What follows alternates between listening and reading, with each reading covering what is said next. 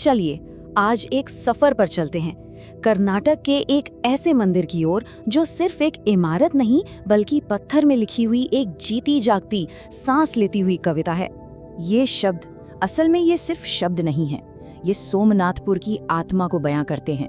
हम एक ऐसी दुनिया में जा रहे हैं जहां हर पत्थर कुछ कहता है, हर नक्काशी में एक कहानी छुपी है। तो सबसे पहले हम उस अविश्वसनीय कला को समझने की कोशिश करेंगे जिसे सदियों पहले कारीगरों ने हमेशा हमेशा के लिए पत्थर में कैद कर दिया था। जी हाँ, हम बात कर रहे हैं सोमनाथपुर के मशहूर केशव मंदिर की। ये होयसल साम्राज्य के दौर की वास्तुकला का कह सकते हैं एक बेमिसाल नमूना है, एक सच्चा मास्टरपीस।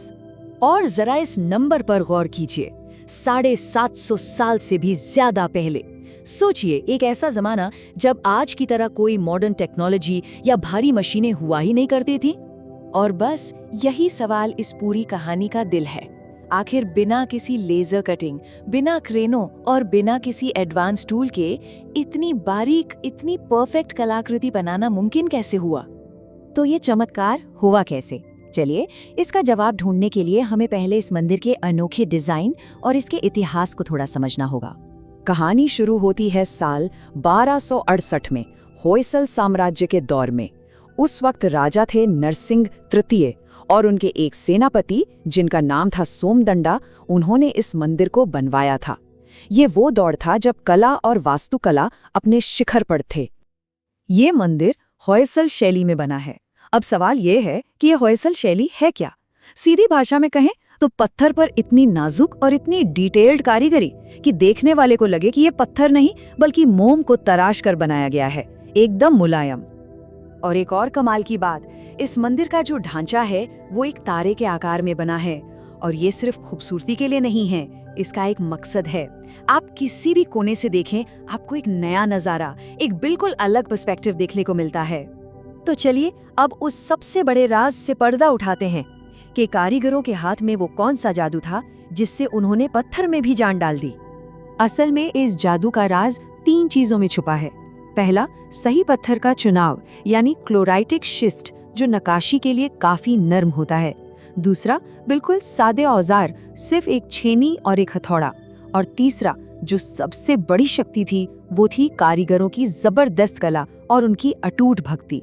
ये दीवारें सिर्फ पत्थर की नहीं है, ये तो एक तरह से पत्थर की बनी लाइब्रेरी हैं। इन पर रामायण, महाभारत और पुराणों की पूरी कहानियां तराशी गई हैं। हर एक पैनल एक किस्सा सुनाता है और हर मूर्ति किसी न किसी भाव को दिखाती है।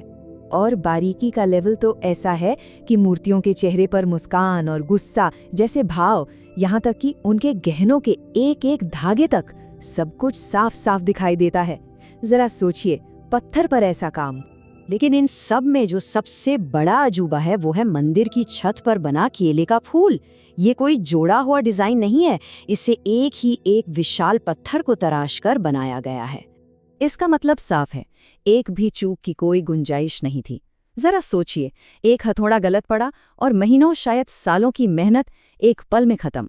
पर उन कारीगरों ने कोई गलती नहीं की, उन्होंने इतिहास रच दिया। तो अब आते हैं सबसे अहम सवाल पर, ये मंदिर आज हमारे लिए क्या मायने रखता है? ये सिर्फ एक पुरानी इमारत नहीं है, ये एक ऐसी विरासत है जो समय को भी चुनौती देती है। ये स्लाइड एक बहुत बड़ी सच्चाई दिखाती है, तब और अब का फर्क। तब कला ही पहचान हुआ करती थी और हर चीज दिल से धीरे धीरे बनती थी। और आज नाम ही पहचान है और सब कुछ बस जल्दी बनाने और जल्दी बेचने की दौड़ में शामिल है। उन कारीगरों के लिए ये सिर्फ एक काम नहीं था, ये उनकी साधना थी, एक तरह की पूजा जिसमें अनुशासन, समर्पण और भक्ति सब कुछ शामिल था। तो ये मंदिर हमें एक बहुत सीधा और गहरा संदेश देता है कि जो भी चीज सच्ची लगन और पूरे समर्पण के साथ बनाई जाती है वो सदियों तक जिंदा रहती है, समय भी उसे मिटा नहीं पाता। और यही चीज हमें याद दिलाती है कि भारत सिर्फ इतिहास की किताबों का एक चैप्टर नहीं है, बल्कि एक जीती जागती सभ्यता है। हमारी जड़ें बहुत गहरी हैं और ये मंदिर उन्हीं जड़ों का जीता जागता सबूत है। और आखिर में एक सवाल हम सबके लिए, क्या आज के इस भागदौड़ वाले दौर में हम इतनी भक्ति और इतने ठहराव के साथ कुछ बना सकते हैं? ये एक ऐसा सवाल है जिस पर हम सबको सोचना चाहिए।